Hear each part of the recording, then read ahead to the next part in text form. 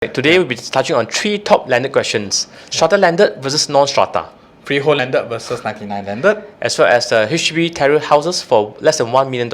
Any takers?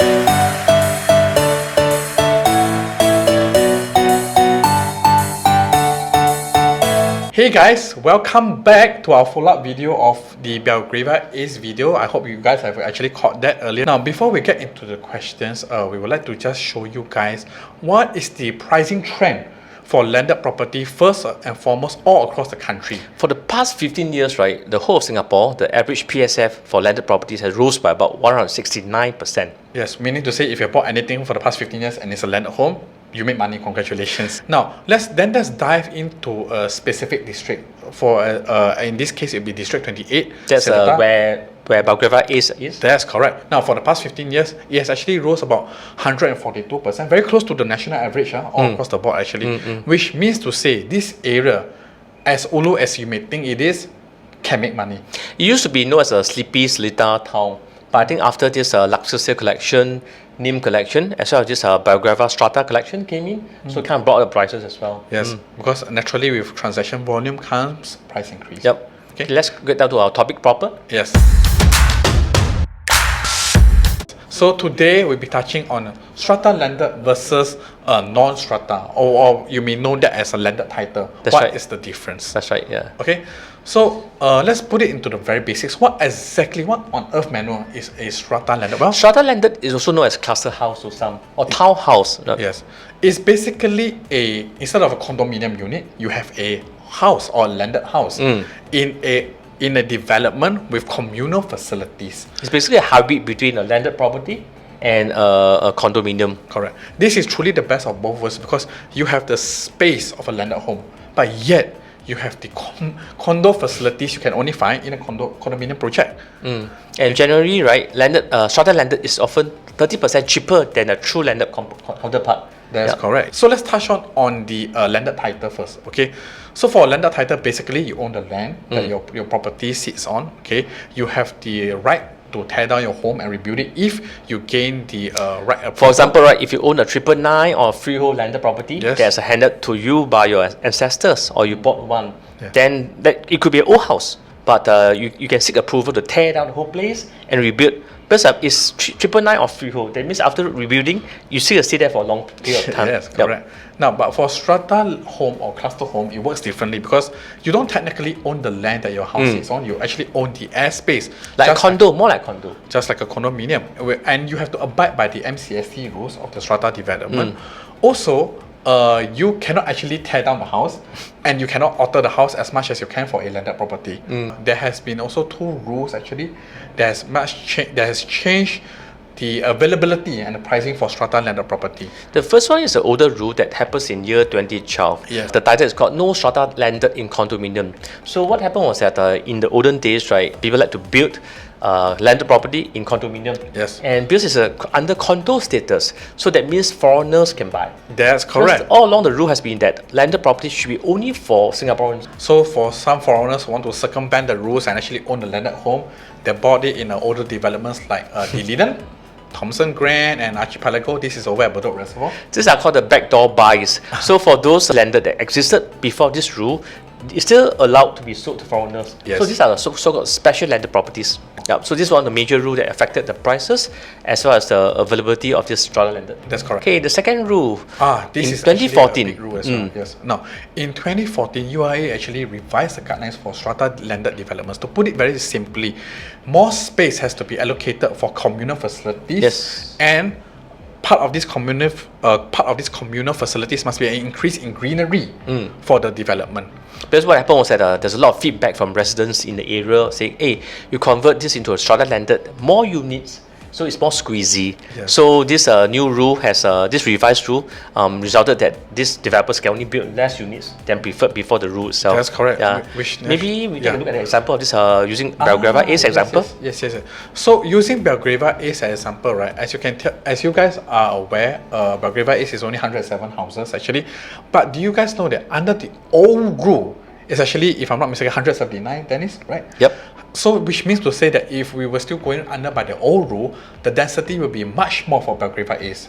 In simple terms, it's be more spacious for the new residents, and there's more space, more facilities, but likely will also be maybe higher price. This is a key difference between a strata landed versus a conventional tighter deep landed itself. Okay, and if you guys want to have a clearer understanding, feel free to give myself or Dennis a call. Yep. Okay. Second question that we have, also very linked to the first question. Yes, and it's also the eternal question that can be, you can apply it to any segment of property in Singapore, which is freehold versus 99 landed. What we have over here is the landed average prices for the past 24 years actually. So as you guys can see over here, back in 1996, the difference was about 15.3%. Can you imagine in 1996, a freehold landed is about 654 per square foot? My goodness, wow. If you bought anything back in 96 at that kind of price, right, you made a ton. Even the EC is now more expensive than landed. Yes, then. exactly. Now, fast forward to 2020, the gap has actually increased by a lot. It used to be 15.3, now it's 57%, comparing between freehold and 99. Now, typically for 99-year landed properties, right, they will always perform worse in the long run. Two main reasons why. First and foremost, likely they will have no chance of en bloc, and the likelihood of it returning to the government is very high. And this is not just hearsay, it actually happened. So as we can see over here, right, there are some inter terraces over at this Geylang Lorong 3 that has already been returned to the state already. So all these units under 60-year lease has been returned to government. Yes. This is the first time that a residential plot of land has been has reached its end of lease and returned to government. Yes, it might be the first time, but it will definitely not be the last, because the next batch of land that will be returning back to the government will be over near to the Tanah Merah side. I think the road is called Jalan Champaka Kuning and Puteh. Yes. Yeah. So this likely this will be under the radar of a lot of observers itself. This is a very clear case of the government saying, I will take back the land. There will be no reimbursement. There will be no compensation. So for those of you who are sitting on those like 99-year land hoping for some kind of compensation, you might be disappointed. Yes. Because the fact is that for 99-year landed, it's very hard to en bloc. Yes. There's only one unit. You can't tear down and rebuild into 2 or 3 units. That's correct. Yeah. Why are there still buyers for 99-year landed then? Yes. Well, first and foremost, the entry level or the affordability, lifestyle needs, because they may just feel like, hey, I want a single terrace house, but I want a large floor plate. That's right. I cannot find that anywhere else. So space is always one of the biggest requirements. And also, at the end of the day, a 4 to 5 bedroom condo may cost the same. Yep, I used to own a 99-year landed resale landed property, and I sold it about in 2020. Yes. But also I make quite a bit of money from there as well. So sometimes there's special cases, but we will not touch that in details over here.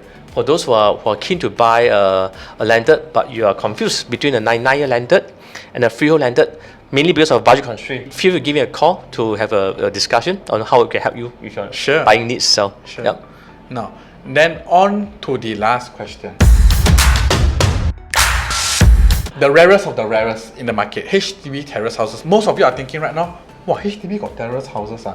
There is actually, and only in 2 areas. Before HDB was known as HDB, the predecessor was known as SIT, or the Singapore Improvement Trust. So to be exact, these HDB terrace houses are not built by HDB. Yes. But they're called HDB terrace houses because they inherited this property itself. Correct. Now, they are very rare. They exist only in 2 estates as far as we know. It's about 285 total in Whampoa and Queenstown. So the lease for Whampoa start from 1968, and the lease from Queenstown generally start from lease 1972. The unique thing about these landed homes is that, first and foremost, there's no private car park. Yeah. As far as I know, and I have passed by it before, you park your cars outside your house. They are like a normal landed property, but no parking space. Yes. And you have a common block number, like block 10, block 12, that kind of thing. Yes. Yep. Back to the first question, which was any takers. The answer is yes. Yes, there are takers for a very large amount of for a very high price, more than $1 million actually. So over here, right, is a Whampoa HDB terrace transacted not too long ago actually. That was in June 2021. Yes. This is a Whampoa HDB terrace sold for a record price of 1.268 million. Yes. Yeah. As far as we know, this is the record price ever for HDB terrace home. Even though with its high price, there's still value.